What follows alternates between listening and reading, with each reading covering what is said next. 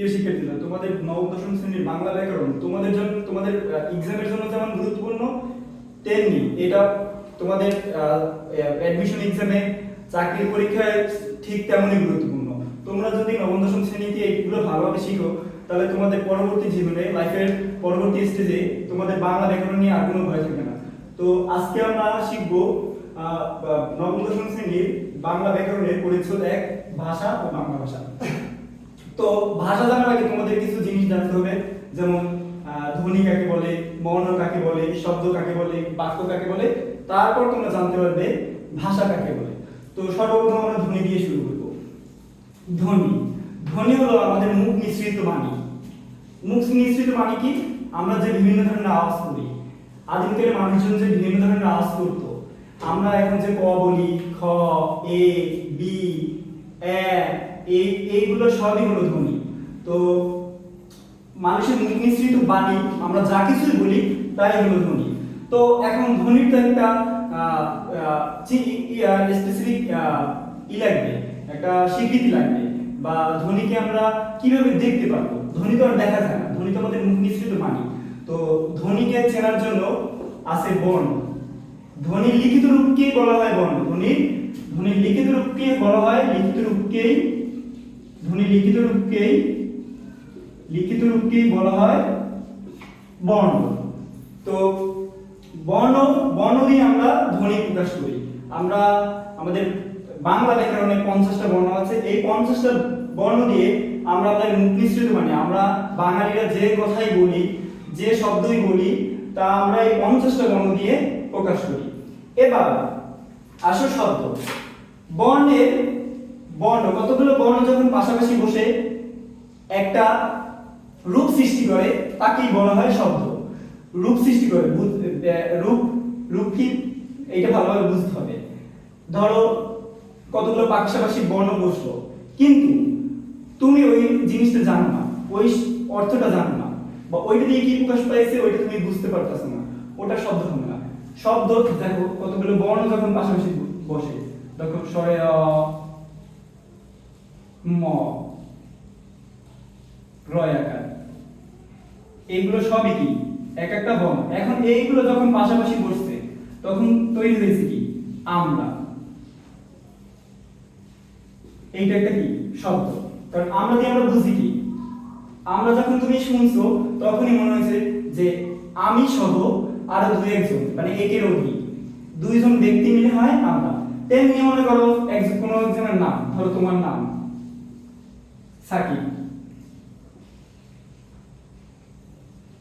তো দেখো সাকিব যখন এই শব্দগুলো সা, কয়রসি, ব, এগুলো যখন পাশাপাশি বসবে, তখন তোমার নাম, একটা শব্দ তৈরি হয়েছে।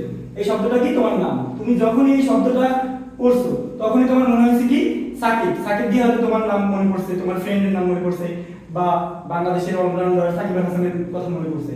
তো বর্ণ যখন পাশাপাশি বসে একটা রূপ সৃষ্টি করবে, যেটা দিয়ে তুমি বুঝবা যে এটা দিয়া আমের একটা রূপ তোমার মানে মনের ভিতরে ভাসে উঠবে, আমের মতন একটা আকৃতি, বা একজন ব্যক্তির আকৃতি, বা অন্য কোনো একটা কিছু আকৃতি বা একটা রূপ তোমার মনে যখন ভাসে উঠবে, তখনই ওইটা শব্দ। এর আগে শব্দ হবে না। এরপর শব্দ দিয়ে তৈরি হয় বাক্য।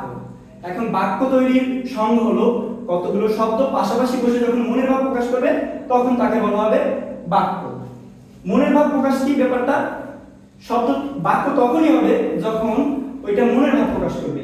এখানে মোস্ট ইম্পর্টেন্ট জিনিসটা কি? মনের ভাব। মনের ভাব প্রকাশ যদি না করে, তাহলে এটা বাক্য হবে না। ধরো কতগুলো শব্দ পাশাপাশি বসলো, যেমন ধরো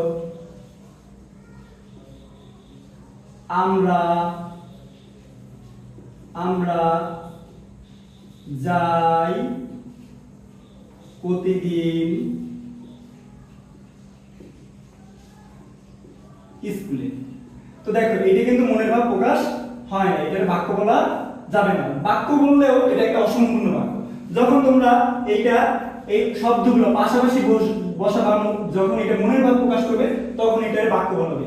যখন আমরা প্রতিদিন স্কুলে যাই। এখন দেখো এটা একটা মনের ভাব প্রকাশ করছে, কতগুলো শব্দ পাশাপাশি বসে মনের ভাব প্রকাশ করছে, যেটা আমরা সংজ্ঞা করছিলাম বাক্য কাকে বলে। তো এখন পাশাপাশি বসে এই শব্দগুলো মনের ভাব প্রকাশ করছে, এইটা আমরা বলতে পারি কি বাক্য। তুমি কতগুলো শব্দ পাশাপাশি বসাইলা কিন্তু সেটা মনের ভাব প্রকাশ করে না বা তোমার শুনতে ভালো লাগতেছে না, ওটা বাক্য হবে কিন্তু ওইটার আগে আরেকটা ওয়ার্ড ইউজ হবে, ওইটার বলা হবে অসম্পূর্ণ বাক্য।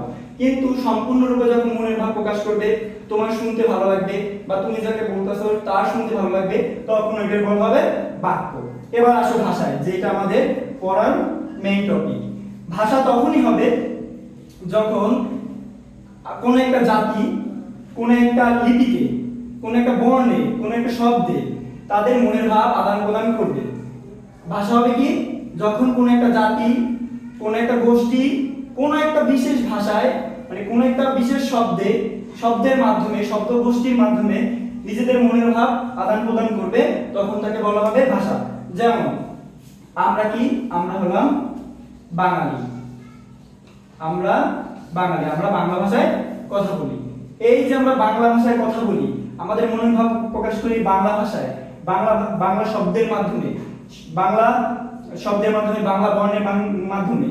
এই যে আমরা মনের ভাব আদান প্রদান করতেছি বাক্যের মাধ্যমে, কতগুলো বাক্য পাশাপাশি বসাইয়া এই যে আমরা মনের ভাব আদান প্রদান করতেছি, এই যে আমরা বাক্যগুলো ইউজ করতেছি, এগুলোর একত্রে বলা হয় ভাষা। তো ভাষা হলো কি বাক্যের সমষ্টি। ভাষা কি বাক্যের সমষ্টি। ভাষা কি বাক্যের সমষ্টি। তো ভাষা হলো বাক্যের সমষ্টি। কোন একটা জাতি বা গোষ্ঠী নিজেদের মধ্যে ভাব আদান প্রদানের জন্য কতগুলো বাক্য পাশাপাশি বসাই যখন মনের ভাব আদান প্রদান করে, তখন আমরা তাকে কি বলবো ভাষা। তাহলে আমরা আবার প্রথম থেকে একটু স্মরণ করি কিভাবে ভাষা আসলো। আমাদের মুখ মিশ্রিত ধ্বনি দিয়ে তৈরি হয় বর্ণ। ধ্বনি কি আমরা আদান প্রদান করার জন্য আমাদের মনের ভাব যে শব্দ করি, যে আওয়াজ করি, সেইটাই ধ্বনি কি এক কথা হলো আওয়াজ, আমাদের মুখের আওয়াজ। এই মুখের আওয়াজ গুলোর একটা নির্দিষ্ট রূপ দেওয়ার জন্য, একটা সাংকেতিক রূপ দেওয়ার জন্য আমরা এটা প্রকাশ করি কিসের মাধ্যমে? বর্ণের মাধ্যমে।